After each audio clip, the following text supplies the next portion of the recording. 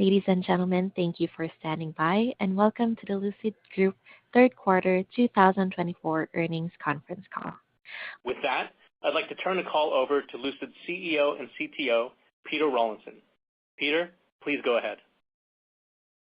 Thank you, Maynard, and thank you everyone for joining us on our third quarter 2024 earnings call. Now, before I get to the third quarter results, I'd like to start by thanking all our employees, suppliers, and partners for their support and hard work. I'd like also to thank our investors and the PIF for their continuous support and partnership. Last month, we raised approximately $1.75 billion through a public offering of common stock of approximately $719 million and a corresponding pro-rata investment by an affiliate of the Public Investment Fund of approximately $1.026 billion. This additional capital gives us sufficient financial runway into the ramp of Lucid Gravity and indeed well into 2026. Now, the raise is consistent with our strategy. We have said that we'd continue to be opportunistic based upon the market, and we delivered this with strong support from the PIF as well as other institutional investors. So, turning to third quarter results, we had another quarter of record deliveries with the momentum in the first half of the year continuing into the third quarter. We delivered 2,781 vehicles, up approximately 91% year over year, and up 16% sequentially, outperforming what is typically a seasonally softer period for the industry. In September, in the US market, the Lucid Air not only outsold many of the largest and most storied brands in the industry within our competitive set of electric vehicles, but we also outsold many of the competitive set in the gas market as well. So I think our momentum is quite notable. And I believe a part of this is due to Lucid's growing brand awareness, which is reaching an all-time high in the third quarter since we started tracking this metric. Whilst I believe we still have much more opportunity to grow our brand awareness, we're still making very good progress. And I think you can see this in our delivery numbers. The number of vehicles on the road continues to grow, and I'd like to thank our loyal customers who are our biggest advocates. You are a key part of our success, and I'd like to extend my sincere gratitude. Turning to production, we produced 1,805 vehicles in the third quarter and are on track to produce approximately 9,000 vehicles for the full year 2024. I'm delighted with the progress we've made with vehicle inventory and will continue to manage this judiciously. As that said, I would expect an increase in production in the fourth quarter. I'm also delighted by the progress in our planned cost optimization programs at the Arizona factory. In the third quarter, we transitioned our battery enclosure manufacturing and various sub-assemblies on site, and we're transitioning powertrain manufacturing to be fully on site. We expect this will not only have a number of cost benefits, including logistics, but should also help the efficiency of the factory when fully integrated. We held our Technology and Manufacturing Day at the Arizona factory on September the 10th to demonstrate our technology leadership, its cost effectiveness, and to show off our Lucid Gravity SUV. The day was purposefully structured to not only highlight our technology advantage, but just as critically, our cost competitiveness, referencing data from a widely respected and objective third-party company that specializes in this type of analysis. We also demonstrated how our advanced technology translates into vehicle comfort and performance, with closed-course test rides of Lucid Gravity beta and pre-production vehicles, as well as the Lucid Air Sapphire 0 to 60 launches. Now, I think those that have had the opportunity to test ride the Lucid Gravity would agree that the drivability is more akin to a sports sedan than a traditional SUV. The Lucid Air is the best car I've ever driven, but the Lucid Gravity may well be the first SUV I'm genuinely looking forward to as my daily driver. We've also opened our Arizona factory to show Phase 2 to analysts for the first time, highlighting the high levels of automation and significant areas of cost savings that we have and will be able to realize. Turning to software, on our last quarter's earnings call, I promised we would release over-the-air software updates substantively enhancing our Advanced Driver Assistance System, or ADAS. And we delivered with a number of over-the-air updates in the third quarter, including our Lucid UX 2.4 package, which introduced many enhanced features such as lane change assist, active curve speed control, and extended stop and go. Now, UX 2.4 also introduced our new Lucid Assistant, our new in-cabin voice assistant, as well as user interface upgrades. And last week we started deploying via an over-the-air software update, Lucid UX 2.5, which adds an innovative curb rash assist feature, warning the driver of the Lucid Air before a wheel scrapes the curb. We also upgraded the performance of our audio systems for improved response and performance. Now, these are further examples of how we continue to bring tremendous value to the vehicle long after a customer's purchase. The software team is invigorated, and we have much more in store. In the very near future, we're targeting the release of an over-the-air software update that will enable hands-free highway assist. Watch this space. I believe the roadmap is robust, and I think customers are really going to love it. I'm also delighted to announce that Lucid Air earned the highest possible overall safety rating of 5 stars from the National Highway Traffic Safety Administration's New Car Assessment Program. This is the government's premier customer information program for evaluating vehicle safety. The Lucid Air Pure, Touring, Grand Touring, and Sapphire received the maximum 5-star scores for overall safety in frontal crash, side crash, and rollover testing. This follows the highest possible European rating of 5 stars for the Lucid Air in the rigorous Euro NCAP crash testing process. We worked assiduously on making the most advanced electric vehicle enabled by a clean sheet design and engineering with the goal of securing the highest possible safety ratings. Safety has been a top priority from the outset at Lucid, and achieving 5 stars in NHTSA's new car assessment program should give owners even more confidence in the Lucid Air. So we have much to celebrate this quarter and thus far throughout the year. I think our progress through the first 3 quarters of the year is a testament to our tremendous progress. Turning to the Lucid Gravity, I'm delighted to announce that we opened orders and pricing today. Our configurator is now live. Customers are telling us they are keen to get behind the wheel of a Lucid Gravity, and we know there's an incredible amount of interest. For example, we held Lucid Gravity roadshow events in our studios across the country. And in those studios, we saw foot traffic increase more than 70% versus the prior 30 days. I think certainly the Lucid Gravity is having a positive effect on the Lucid brand and is also helping to raise awareness of the Lucid Air.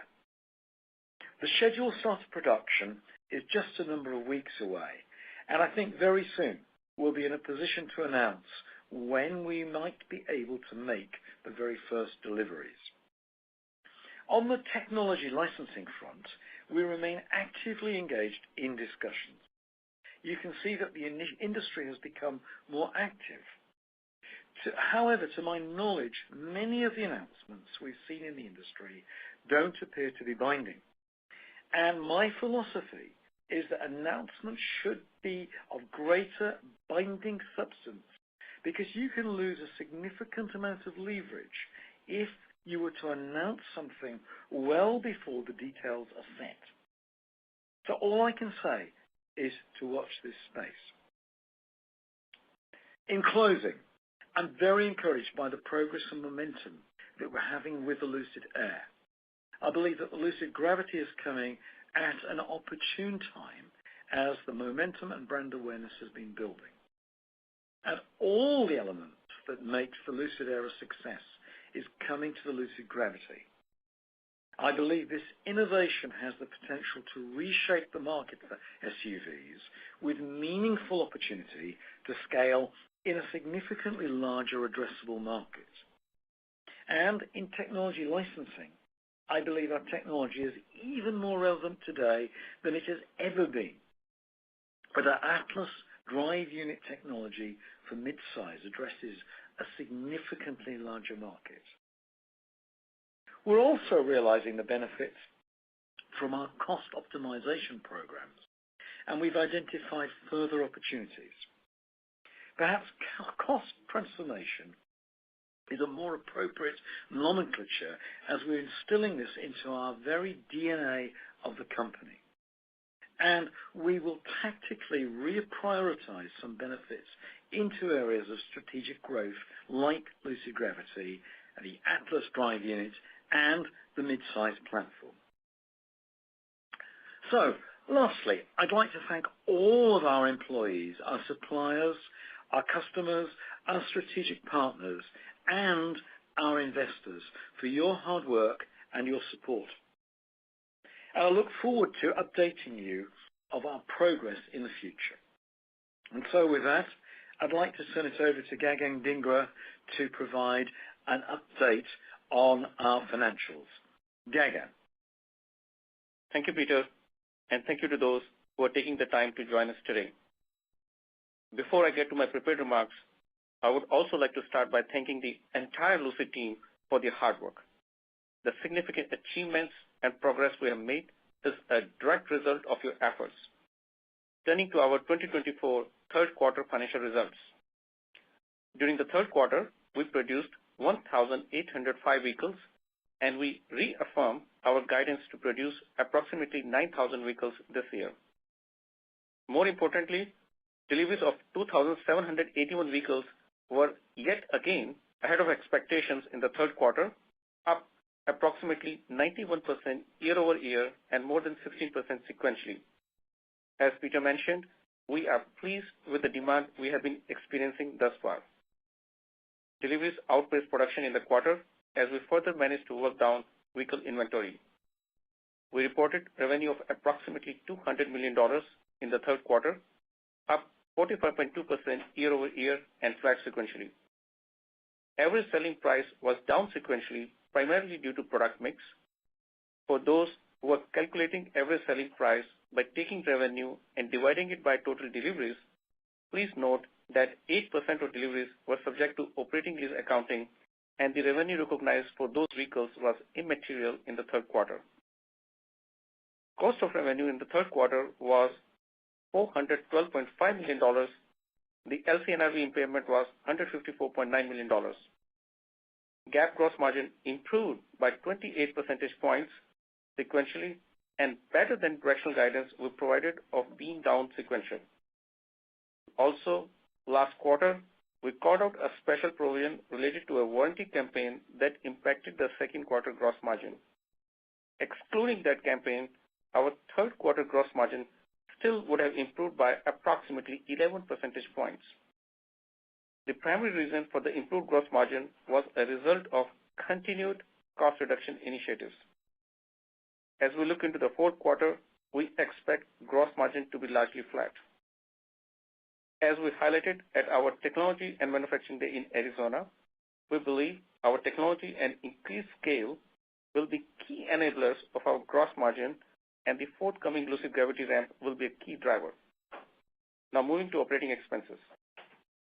R&D expense in Q3 totaled $324.4 million, up 13% sequentially. The increase was primarily due to higher stock-based compensation expense, which we called out on our last quarter's earnings call, as well as the costs related to the Lucid Gravity and the run-up to start of production. SG&A expense in Q3 was $233.6 million, up 11% from Q2. The sequential increase was primarily due to higher stock-based compensation expense, again, as we called out on our last quarter's earnings call. As we guided previously, we expect our full year 2024 operating expense to decrease as a percentage of revenue compared with 2023. We ended the third quarter with 55 studio and service centers, excluding our temporary and satellite service locations, up from 53 in Q2. On the service side, we ended Q3 with 72 mobile vans in the fleet and 118 approved body shops worldwide. We plan to continue to strategically expand our studio and service center footprint, as well as satellite service centers, which will cost-effectively provide additional locations, as well as ensure high customer satisfaction as we continue to grow. Our stock-based compensation expense in the quarter was $88.1 million compared to $58.5 million in Q2. In Q3, we recorded a loss of $221.5 million in other expense, which mainly included a non-cash loss of approximately $240 million, driven by an increase in the fair value of derivative liabilities associated with our redeemable convertible preferred stock. This was mainly due to the increase in our share price at the end of the third quarter compared to the prior quarter. The adjusted EBITDA loss was $613.1 million compared with $647.6 million in Q2. The improvement was largely driven by improvements in gross margin. GAAP net loss per share in Q3 was 41 cents, and non-GAAP net loss per share was 28 cents. The difference was primarily related to the change in fair value of derivative liabilities associated with our redeemable convertible preferred stock. Moving to the balance sheet.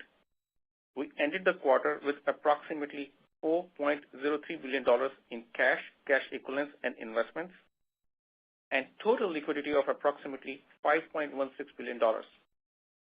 As Peter mentioned, in October, we raised a total of approximately $1.75 billion through a public offering of common stock and a corresponding pro rata investment by an affiliate of the Public Investment Fund.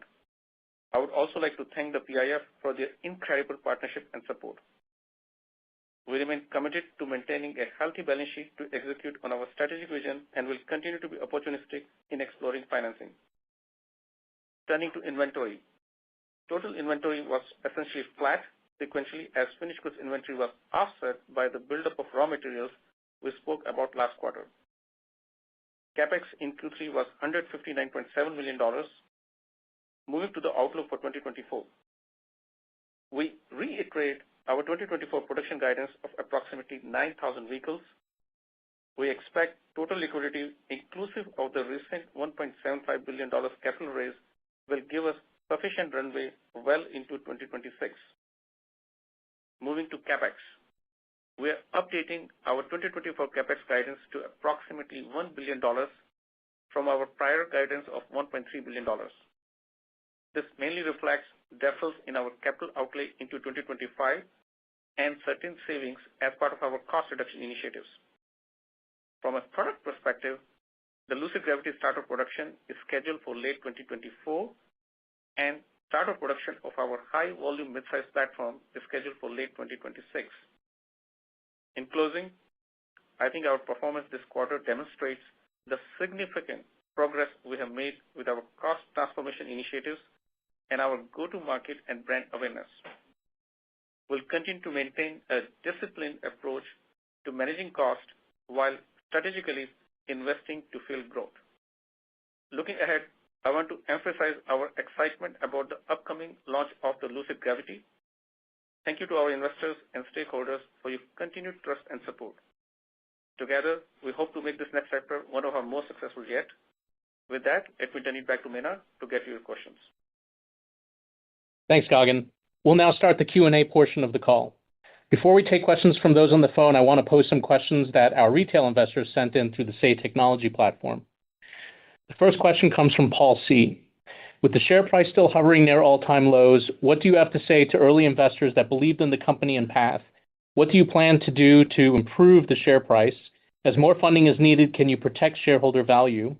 And there's another question somewhat related to this from Ryan P. that asks, what does the future of the company look like that is similar that we'll put together? Yeah, indeed. Well, look, to start with, thank you so much for your support and your belief in the company. And we deeply appreciate your commitment. I want to assure you that we're taking significant steps to deliver long-term shareholder value. That's what it's all about. Now, that said, market conditions have been challenging, and a number of factors, some of which were out of our control, have undoubtedly impacted our share price. However, we remain confident in our strategic direction and the long-term potential of our business. This is a long-term play. And we're actively working on several initiatives, both to drive growth and to improve our financial performance. And I think you can see that in our record deliveries and in the progress and improvement in our gross margins, you're seeing that already. Now, the Lucid Air is widely recognized as the best car in the world. And that recognition has been as growing inexorably over the last few years. We've also created what is now widely recognized as the best EV technology in the world. And we've shown how this technology becomes a cost-down driver in the long term. We're growing scale, and that profitability depends largely upon that scale. And we're growing scale by introducing products which we believe will realize that scale, starting with Gravity. Now, even with Lucid Air, we're already outselling many of the storied brands in both EVs and gas cars. This is something which is not sufficiently recognized. Now, today we opened orders for Lucid Gravity, and we've entered a market that's about 6 times larger than our addressable market last year with Lucid Air. Gravity is a revolutionary new class of SUV. It's been conceived from the ground up without compromise. And remember, we'll follow this with a high-volume Midsize platform scheduled for start of production late 26. I really think that's really going to be a huge, huge product for us. And we also focused on our technology access and licensing business. And the Atlas powertrain, which suits mid-size vehicles, that's the new powertrain that I recently announced. The work for that is well underway already. And I see a huge licensing potential in a significantly higher volume market with Atlas. And collectively, these efforts are really designed to enhance our competitive position and to deliver long-term value to our shareholders. I mean, Gagan, have you got anything to add here? Yeah, thanks, Peter. So regarding funding, I think we have been transparent with the market that we would be opportunistic when it comes to capital raising. We are committed to maintaining a strong financial position and ensuring that our actions align with the best interests of our shareholders. We remain dedicated to enhancing shareholder value through improved operational efficiency, increased profitability, and sustainable growth. We believe that our strategic initiatives will position us for success and drive long-term value for our shareholders. Indeed, Gavin. Maybe I can add a bit of flavor here. As a major shareholder myself personally, believe me, nobody is more incentivized than me for success. And what's less known, I relate to you all because I put so many of my own savings into this company to make it happen. I might also add that many of you may not be aware of my founding role in the company as we know it today. I joined this company over 10 years ago, and with the goal of making the best electric vehicle and to drive a revolution towards sustainable transportation. My mission and my dedication is steadfast. I've not sold a single damn share of this stock, except what was necessary for tax purposes. And so I am directly tied to the company's performance as a shareholder more than virtually anyone else. So my promise is to continue to work tirelessly day and night to drive that long-term shareholder value. And this is a long-term play, and it is a tech play. Thank you. So we'll go to the second question from Skylar R. Do you plan to offer a more affordable vehicle? If so, what's the timeline? Oh, man, yeah. Well, maybe we haven't made this clear enough because this has been on the our vision, our mission, our schedule for many years now. We're not here to be just a niche player. This is so misunderstood. Lucid exists to have a meaningful impact upon the planet. And to do that, we need scale. And to get that scale, we need to bring our price down. So our mid-size vehicle is scheduled for start production late 26. The work is well underway. And in our technology and manufacturing day presentation we showed in September, we already actually gave a sneak peek of one version of this mid-size vehicle. We address the total. We estimate the total addressable market to be about 30 times than our market last year. This is our product, which we're targeting about $48,000 to $50,000. The vision is I'd love to sell 1 million of these a year. The opportunity is vast. Great. Our next question is from Malik H. What are the chances of the Saudis buying out Lucid completely? Will Lucid go private, and what does this mean to for the investors? Oh, well, Bob, thank you, Malik, for the question. But of course, I mean, it would be out of place for me to speak on behalf of the PIF.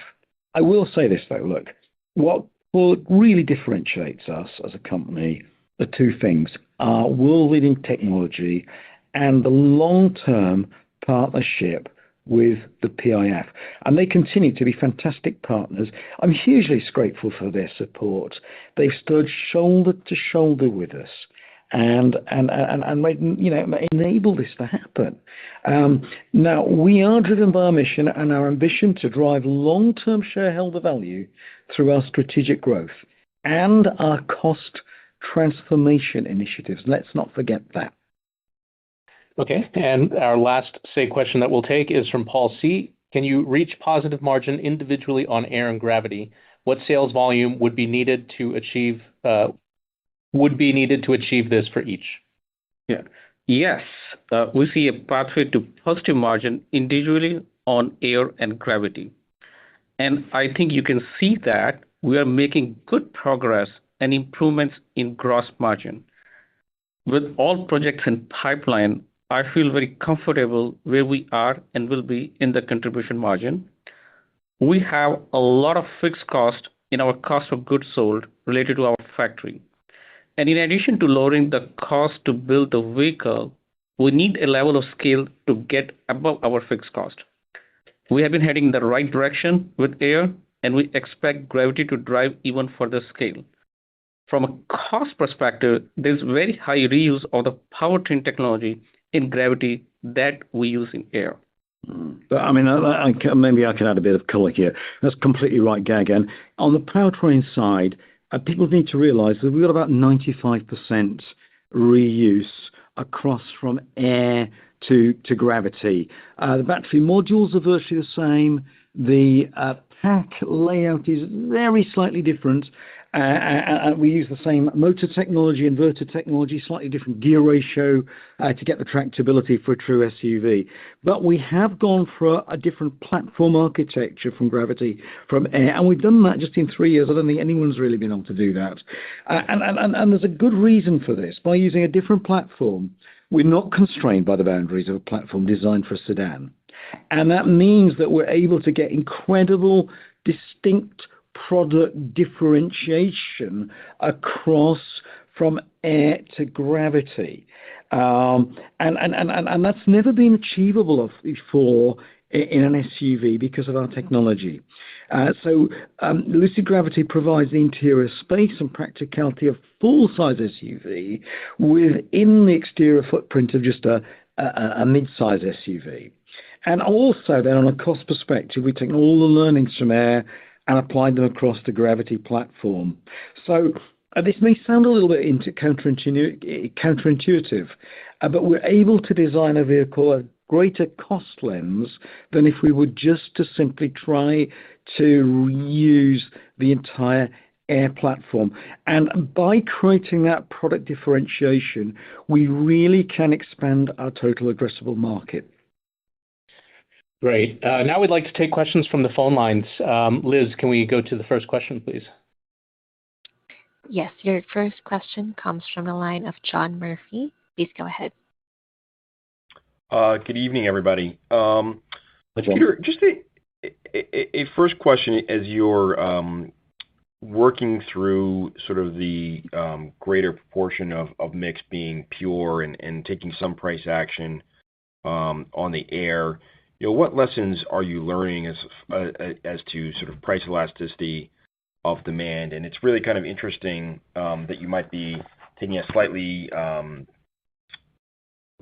more conservative view or favorable from the consumer side on the Grand Touring on the Gravity, because it's about $15,000 less than the Grand Touring on the Air. So it just seems like you're learning some lessons and coming a little bit further down in the price point to unlock some demand. So just kind of what lessons you're learning there, and what could that mean for the Gravity ramp as opposed to what happened with the Air?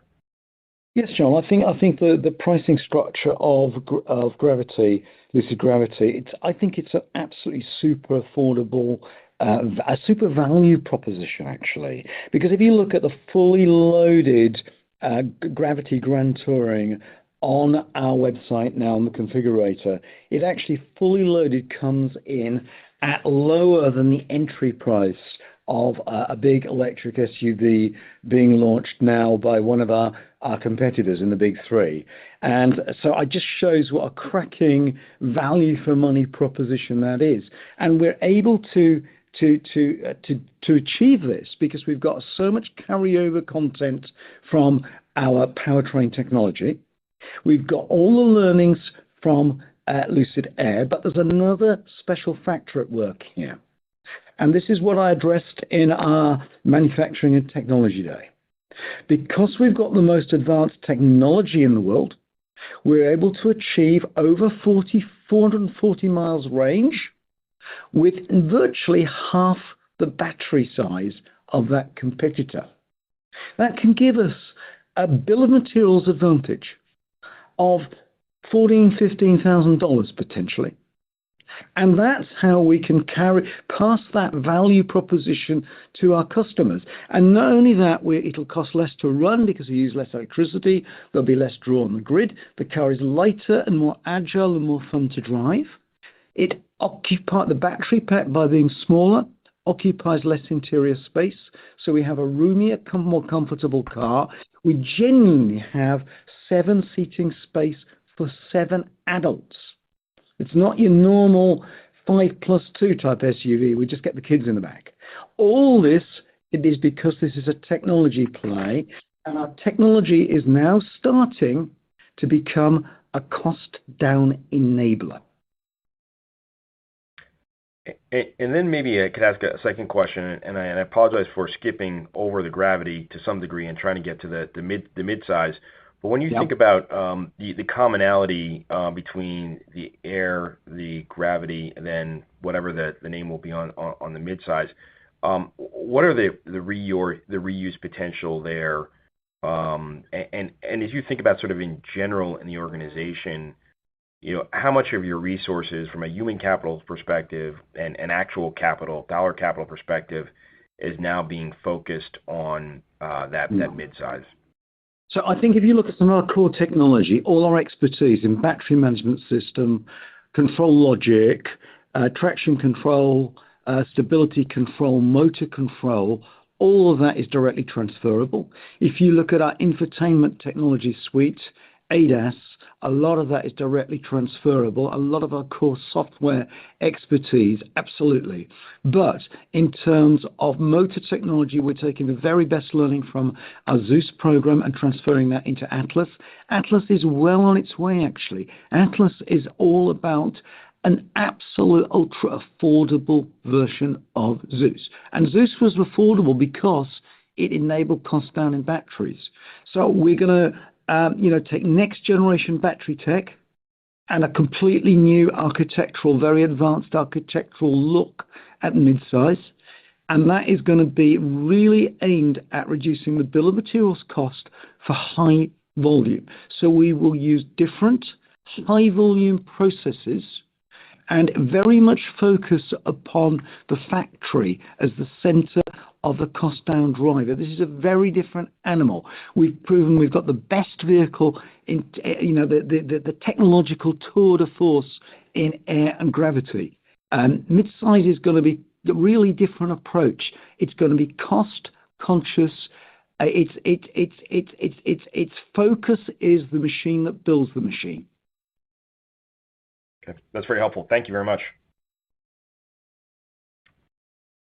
Question comes from the line of Andres Shepherd with Cantor Fitzgerald. Please go ahead. Hey, everyone. Good evening.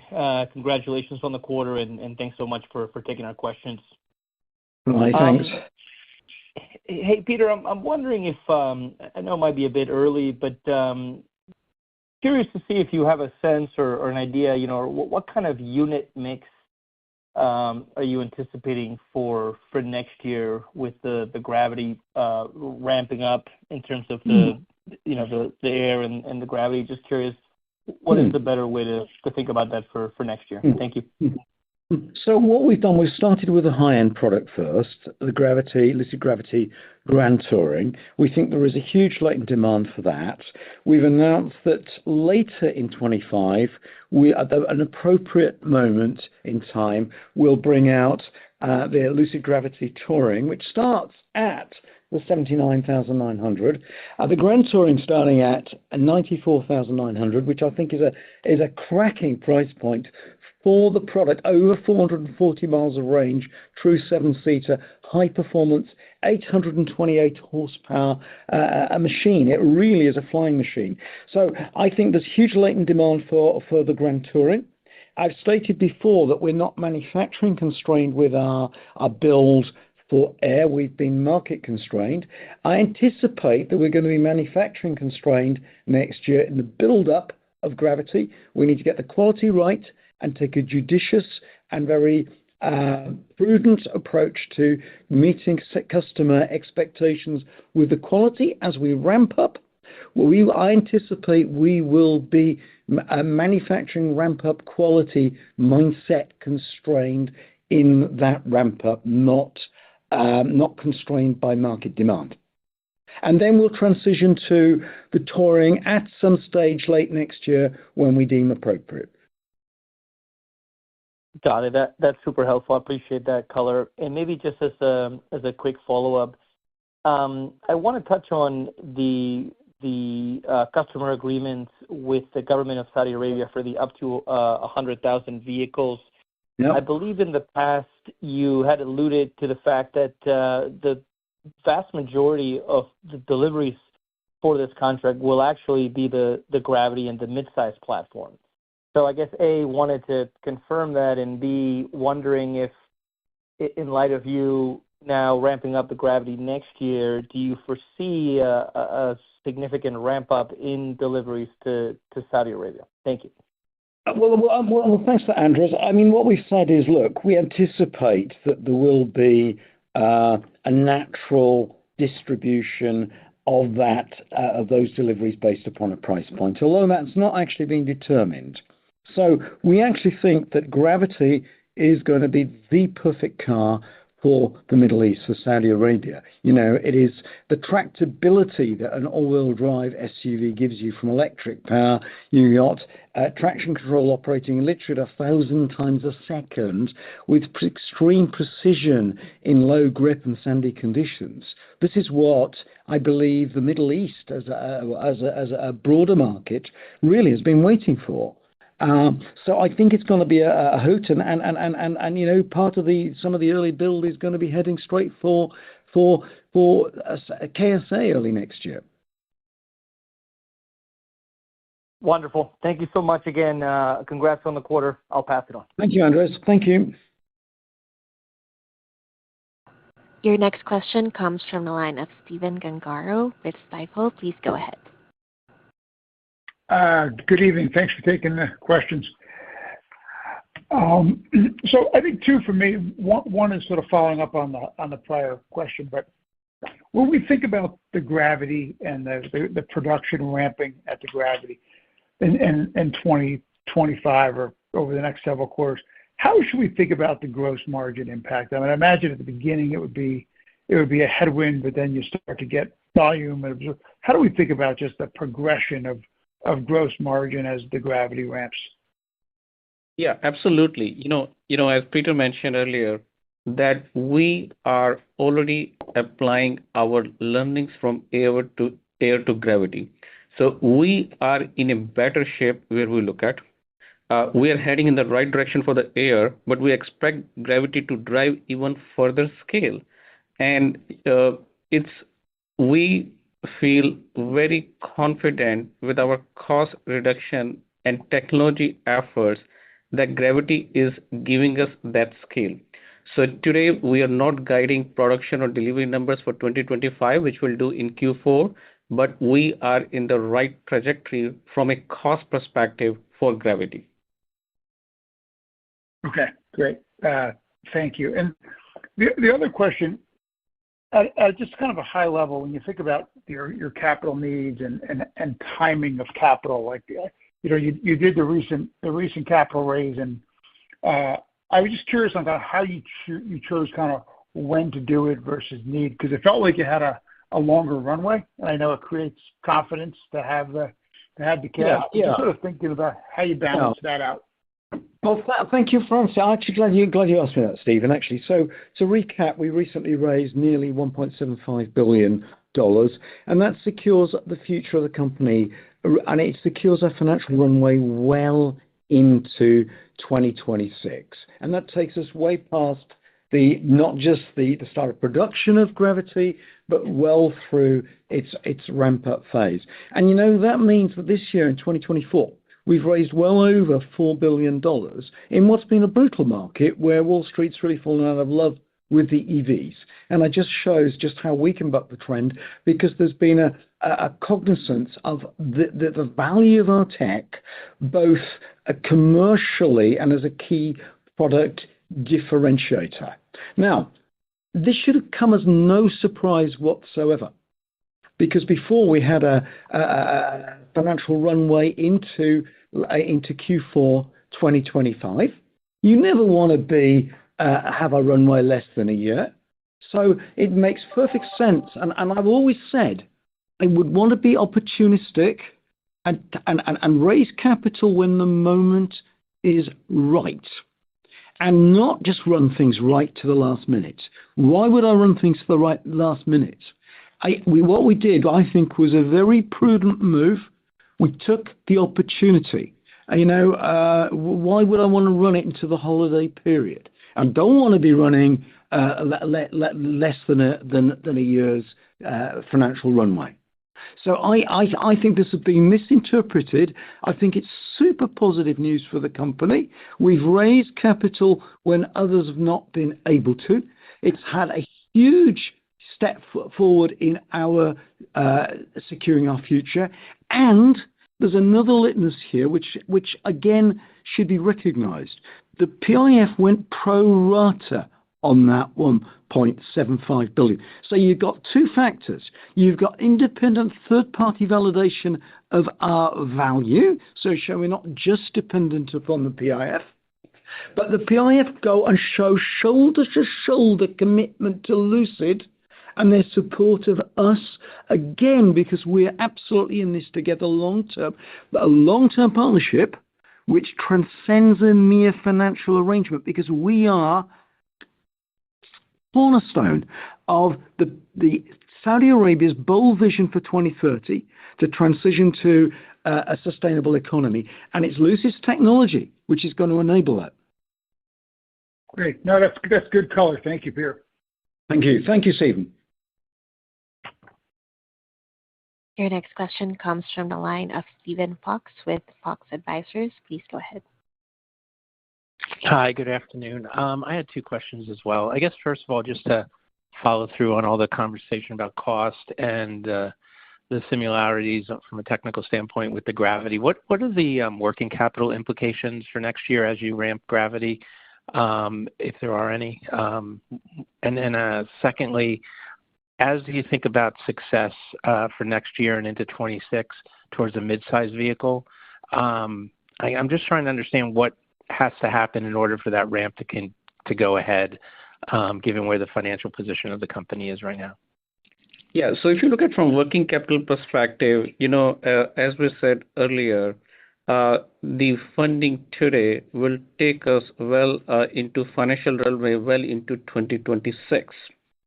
And now with our continued cost reduction and technology initiatives, all things are coming together where we are expecting, and we are very proud of that one. In terms of what's the second question? Sorry, I didn't follow completely on that one. Well, before you go into that, I'm just trying to understand the dollars of working capital that might go out the door next year versus this year as you ramp. Yeah. So for dollars perspective, we'll provide more color during our Q4 guidance for the full year 2025. And typically there we cover, color on the gross margin as well as OPEX and the CAPEX. So that we'll cover in the next quarter earnings.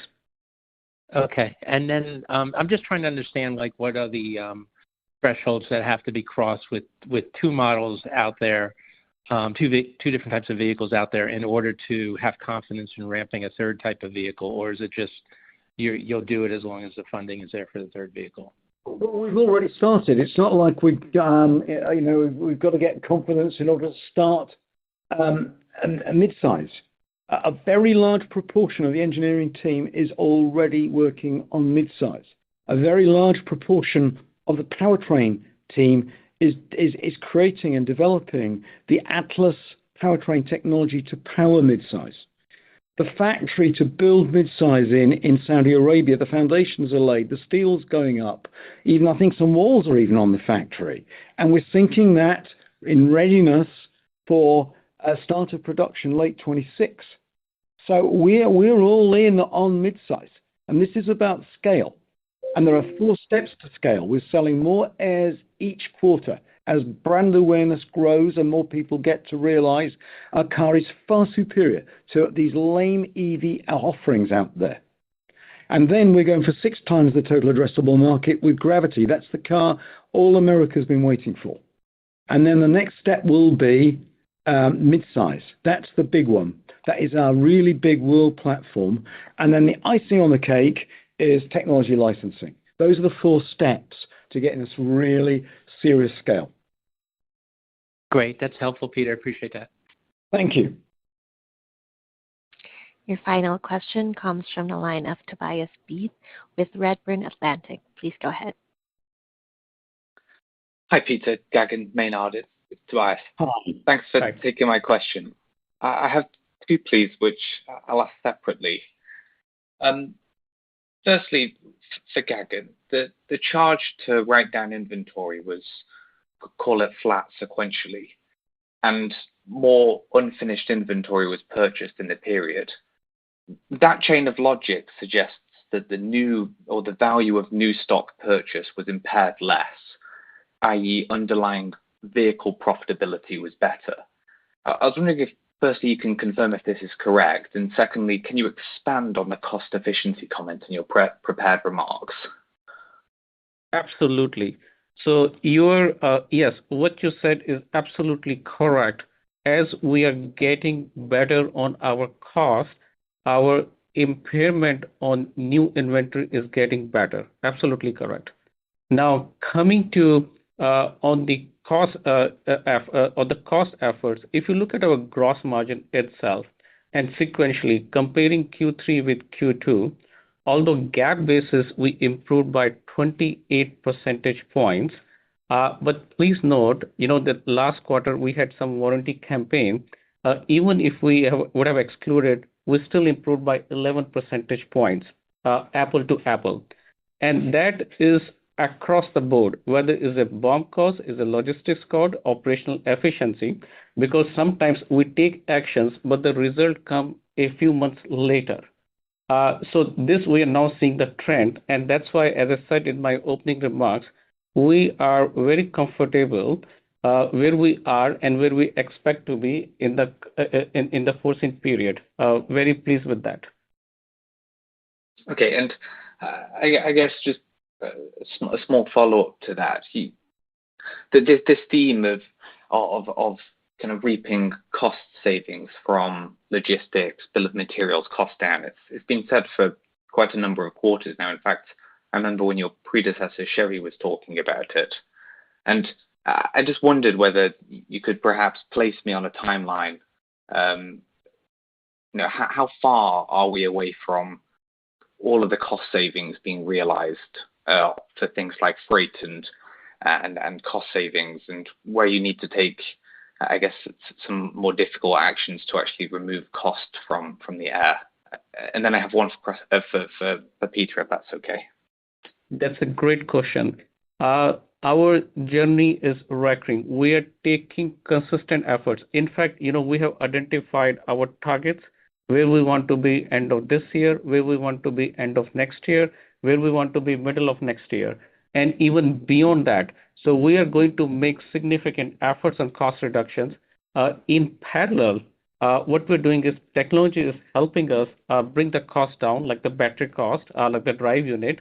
But what you see in terms of targets, and when we come to scale, it's significantly going to turn around it. Because what we are right now doing with targets, bringing the variable cost significantly down. And with Gravity coming, it is going to take us to the next level for scale, where all our fixed costs per vehicle will significantly come down. So, you'll see where we are on the gross margin, negative 106%. It was negative 241% last year. So if you look at that improvement and where we'll be next year, when we provide some directional color in the Q4 earnings about 25, we are on the right track in that journey. Okay. I think I'm following. Thanks, Gagan.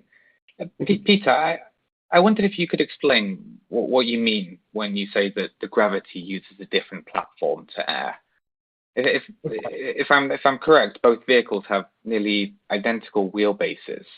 And Leap is a modular platform, which would allow for differentiation via a top hat design. So I just want to kind of understand a little bit what exactly you mean by Gravity uses a different platform.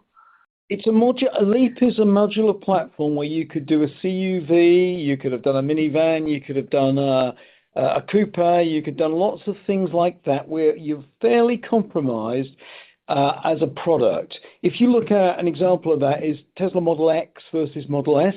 X isn't really a proper SUV, it's more CUV-like because it's based upon S platform. We took the decision to get much more product differentiation to avoid a cannibalization of Air with Gravity. We wanted to really capture the 6 times TAM of a true SUV market. And that means more off-road capability. That means more wheel travel, larger wheel diameters, more suspension movements. You need longer links, more durable suspension. So you're going to have to heavier suspension arms and brakes and rated for off-road durability. So the thing endures a long life on rugged trails. And also we combined that with air suspension so we could adjust the ride height of the vehicle.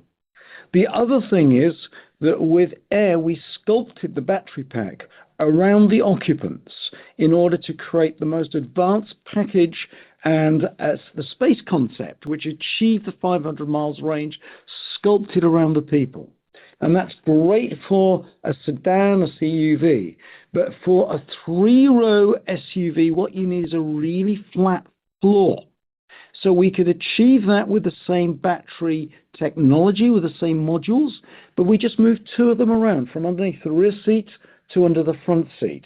And that makes a different shape battery, but we got 95% carryover content. But I tell you, it's transformative in regards to the product. You've got a true SUV and you've got a true sports sedan. And they're very, very different and very optimized. And we realized we couldn't really do that with a carryover. The carryover platform would kill us for product differentiation. And let me tell you, we've done that now. It's only a smidgen over 3 years from when we launched into the market. For a relatively young company, no one's ever done a second platform in 3 years. There is no precedent for the rate that my engineering team is operating at. And we really, through this year, kept Gravity on track admirably. To hit start of production late this year is an incredible achievement for the team, and I really applaud them all for doing it. Okay. How do you think this has impacted the costs? So I guess when I hear things like, that they're not actually just a different top hat, it scares me a little bit. I know, but this is the problem, that there is a disproportionate value placed upon true platform sharing, because you very rarely share the full platform. What happens is it's talked about the same platform, but it gets modified. Now, all the superstructure of an SUV is going to be different anyway. All the seats are going to be different. The driver controls are going to be different. The wheels are going to be different. The suspension's going to be different. The brakes are going to be different in any way. The weight is going to be different. So your crash structure and collapse mechanisms and the way you engineer those have to be different. So, where the real value proposition and economy of scale goes in is in the software and the powertrain architecture and componentry. We've got inherently the same motors, state-of-the-art motors. There's a lot of value, the same inverter, the same motor control system, Wonderbox, all the battery modules. 95% of all that value and all the software is carryover. You're not going to be able to carry over the doors, the glass, the suspension, the seats, the tailgate anyway. So it's just a tiny bit of it, a relatively small part of it is different to get all that product differentiation. If we didn't do that, you'd be saying, well, I don't think there's a new 6 times TAM. You'd be saying, well, this is a cannibalization situation. It's not differentiated enough. Maybe you got 2 times the TAM, not 6 times the TAM. This is a value proposition, bit more engineering, a bit more cost, huge market opportunity.